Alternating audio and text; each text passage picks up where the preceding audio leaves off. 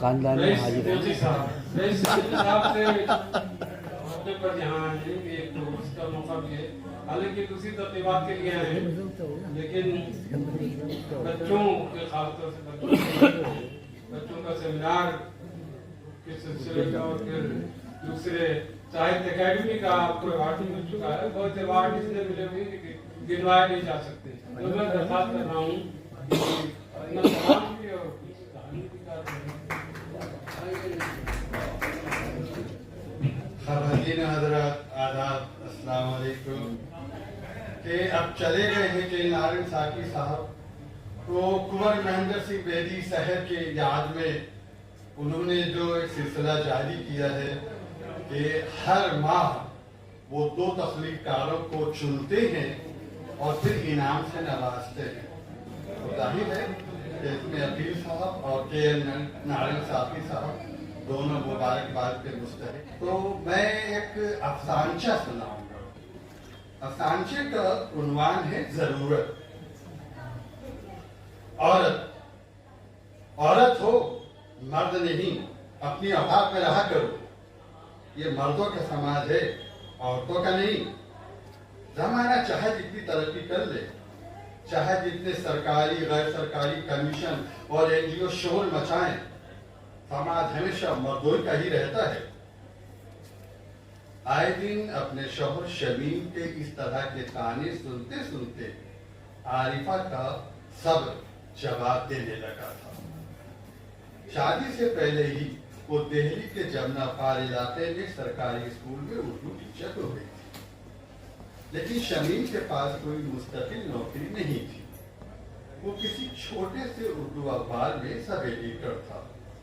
تنخواہ بہت کم تھی، لیکن عارفہ کی بھی عمر ہو رہی تھی۔ اس نے سوچا چلو ہم دونوں مل کر گھر چلا لیں گے، لیکن شمیم نے کبھی اس کے اس جذبے کا احترام نہ کیا۔ وہ ہمیشہ اس احساس کے ساتھ جیتا کہ وہ مرد ہے، وہ شوہر ہے۔ اس نے اپنے بڑوں کو ہمیشہ اپنی بیوی کو کمتر سمجھتے دیکھا تھا۔ وہ دلی آ کر بھی اپنی ذہنیت نہ بدل سکا۔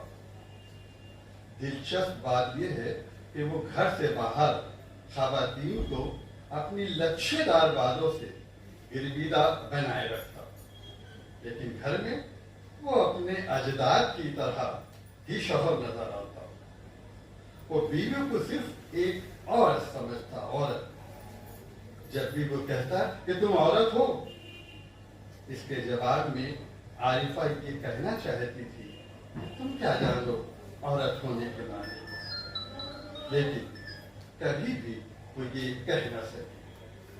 ہمیشہ وہ اپنے رشتے کی آبرو کی خاطر آنسو پی کر رہ جاتی۔ عارفہ جاگا کیا ہوا؟ شمیم کی آواز میں کسی حاکم شوہر کا لب و لہجہ تھا۔ میری طبیعت ٹھیک نہیں ہے، خود بنا لو یا باہر جا کر پی لو۔ عارفہ نے سپاٹ سا جواب دیا۔ شمیم کو اپنی عورت سے اس طرح کے جواب کی قطعی امید نہیں تھی۔ جھنجھلاتے ہوئے بولا تو پھر شاید کھانا بھی باہر ہی کھانا پڑے گا۔ جواب میں عارفہ کی طرف سے خاموشی تھی۔ کئی دن تک دونوں ایک دوسرے سے منہ پھلائے رہے۔ دونوں کے درمیان خاموشی حائل رہی۔ گھر میں ہر چیز بے ترتیب ادھر ادھر پڑی رہی۔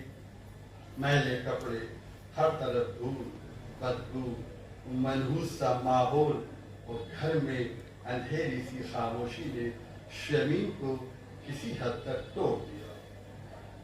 وہ ایک دن خود ہی بولا تمہاری طبیعت ٹھیک نہیں لگ رہی ہے، آ چلو ڈاکٹر کو دکھا دیں۔ عارفہ نے اس ہمدردی پر چپتا سا سوال کیا، میری فکر ہے یا اپنے آپ کی یا اپنے گھر کی؟ حاضر تمام، حاضر جواب،